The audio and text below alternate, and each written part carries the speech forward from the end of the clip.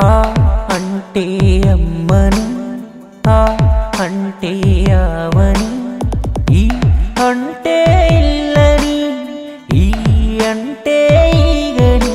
1 2 3 ABCD అన్నీ నువ్వే నేర్పినావని. ఆచార్య దాని బదులు నేనేమివ్వగలను ఆచార్య.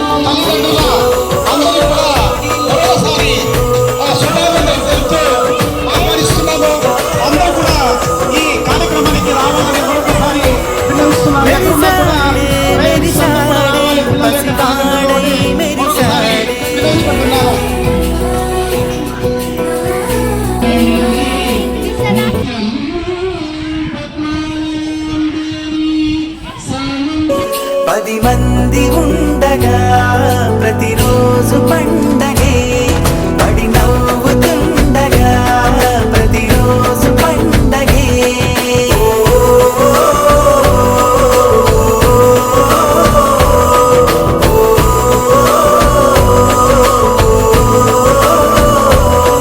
మెరిసాడే మెరిసాడే పసివాడై మెరిసాడే, మురిసాడే మురిసాడే సరదాలో మునిగాడే.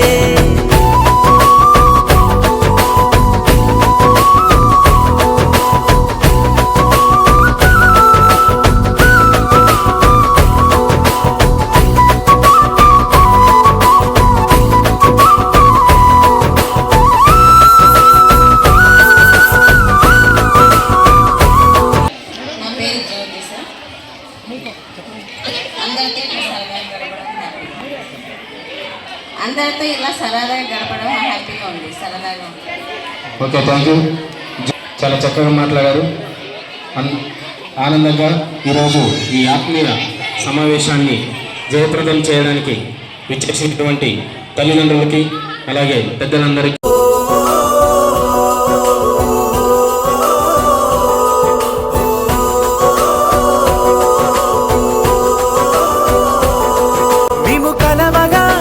కలవరం అసలిది కదా ఒక సంబరం, ఒక వరసలా కదిలిన క్షణం ఇక తెలియదే ఒంటరితనం. ఎన్నాళ్ళ కోరారు కన్నోళ్ళిలా వస్తూనే పోయాయి కన్నీళ్ళిలా, ఇల్లంతా మారింది సందళ్ళుగా మీరంతా ఉండాలి వందేళ్ళిలా. మనవారే వెనకుంటే మరణాన్నే మరి. విద్యార్థుల తల్లిదండ్రులకు మరియు విద్యార్థులకు అందరికీ నమస్కారం. బాగా విజయవంతం అవ్వాలని కోరుకుంటున్నాను. ఒక ఆటల్లోనే కాదు పిల్లలు ఉండేదే, చదువులో కూడా ఉండాలనేది నేను కోరుతున్నాను. మా స్కూల్లో కూడా 500 మార్కుల కంటే పైన వచ్చిన పిల్లలు 4 పిల్లలు ఉన్నారు. మ్యాథ్స్లో కూడా అవుట్ ఆఫ్ 98 99 మార్కులు వచ్చిన పిల్లలు ఉన్నారు. సైన్స్లో ఉన్నారు. అన్ని సబ్జెక్టులలో కూడా మంచి మార్క్స్ స్కోర్ చేసిన పిల్లలు మన స్కూల్లో ఉన్నారు. పూర్వ విద్యార్థులకు దాతలకు స్వాగతం సుస్వాగతం. ఇప్పుడు ఒక పేరెంట్ అడిగింది, దానికి నేను చాలా సంతోషిస్తున్నాను. ఆమె ఎంత బాధ్యతగా వాళ్ళ పిల్లలను చూసుకుంటా ఉండేది అనేది మాకు అర్థమవుతా ఉంది.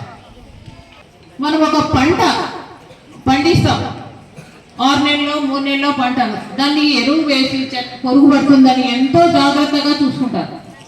కాబట్టి అమ్మాయిలు చదువుకుంటామన్నా పెళ్లి చేస్తున్నారు, అబ్బాయిలు చదువుకోమన్నా చదివిస్తున్నారు. కాబట్టి అమ్మాయిలు చదివించాలి, అబ్బాయిలు కూడా చదివించాలని నేను కోరుకుంటున్నాను.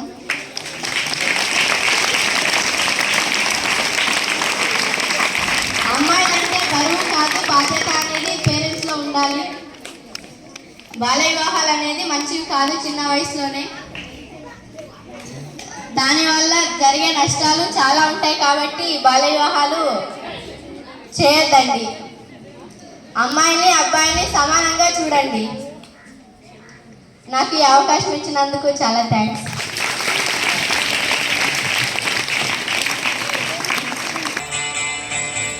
సంక్రాంతి వచ్చిందే తుమ్మెదా, సరదాలు తెచ్చిందే తుమ్మెదా, కొత్త ధాన్యాలతో కోడి పందాలతో ఊరే పొంగుతుంటే ఇంటింత పేరంటం, ఊరంతా ఉల్లాసం. కొత్త అల్లుళ్ళతో కొట్టే మరదళ్ళతో పొంగే హేమంత సిల్లు.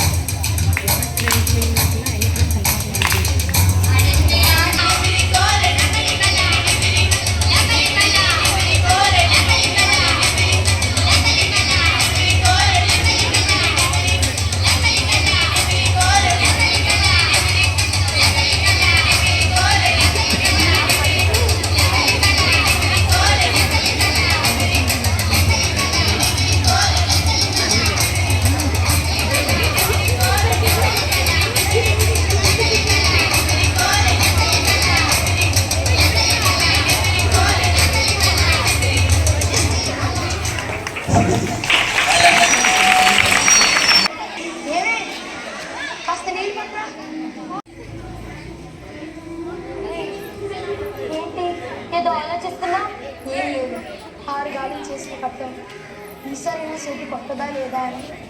అంటే పొలం బాగాలేదా అయ్యా? ఇప్పటికైతే బాగానే ఉంది. మరి సంతోషమే కదా, ఇంకేంటి దిగులు? ఈసారి పంట చేతికి వస్తే పెట్టడానికి ఇస్తానన్న కట్నం డబ్బులు బాకీ తీర్చేయచ్చు. చిన్న కాలేజ్ ఫీజులు కూడా కట్టేస్తే వాడు చదువు పూర్తయిపోతాడు. అయ్యా, నీకు చెప్తే బాధపడతావని చెప్పలేదు కానీ పెద్దదాన్ని దాని అత్తోళ్ళు ఇబ్బంది పెడుతున్నారంటయ్యా. కబుర్ చేసింది ఏమైతే పంటేసిన ప్రతిసారి వైకుంఠపాలి అడుగడుగున గండలే కానీ అట్టెక్కించి నిచ్చెను. అవునయ్యా, కారణం తెలిసి చేయబడ్డం మూర్ఖత్వం. నా మాటినే పట్టణం పోదావయ్యా. మీ ఇంటి బయట ఉన్నాను, ఒక్క నిమిషం. బావా, నీ చిన్న కొడుకు కాలేజ్ నుండి.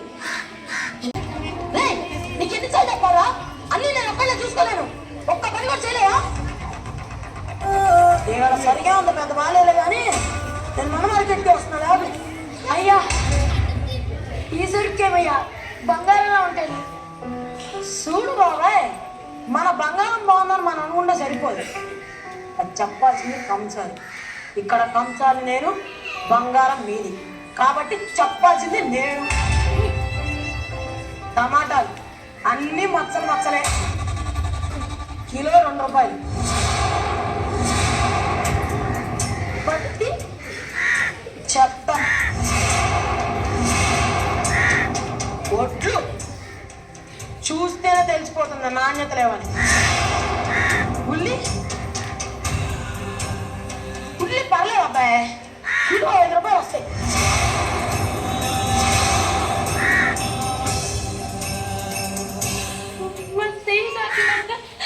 కిలో 60 రూపాయలు. టమాటా రూపాయలట. మా సై దాటాక 100 కలిగే ఉల్లి 5 రూపాయల. ఏంటయ్యా పత్తి చెత్త? ఇది పత్తి కాదయ్యా, నా ప్రాణం, నా ప్రాణం.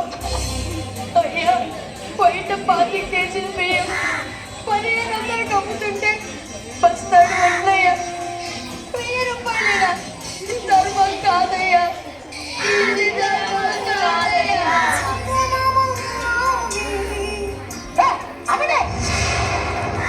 అయినా బాబుని తీసుకొని నేనేం చేయాలి? వినియోగదారుల దగ్గరికి వెళ్ళి ఎవరికైనా బాగుంటారుగా. అయినా పోయిన రాజుకి ఇయ్యడానికి రేట్ ఎంత పెంచా? అది కనపడట్లేదా? ఓకే, తన ఆకాశానికి ఎగిరిపోవాలని చూడకండి.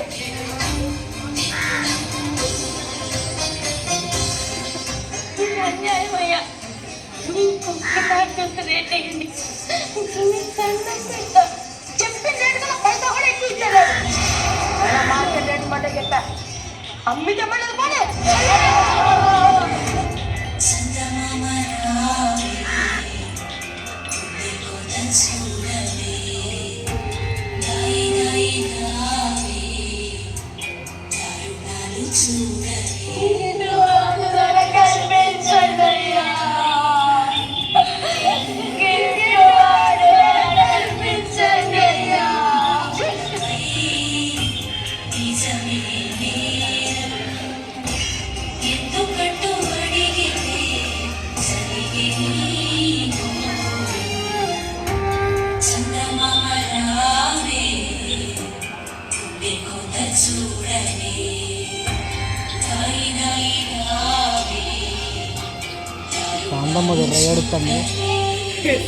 మందు లేకపోయినా బతకలు, కానీ ఆ మందుని తయారు చేసేవాడు ధనవంతుడు.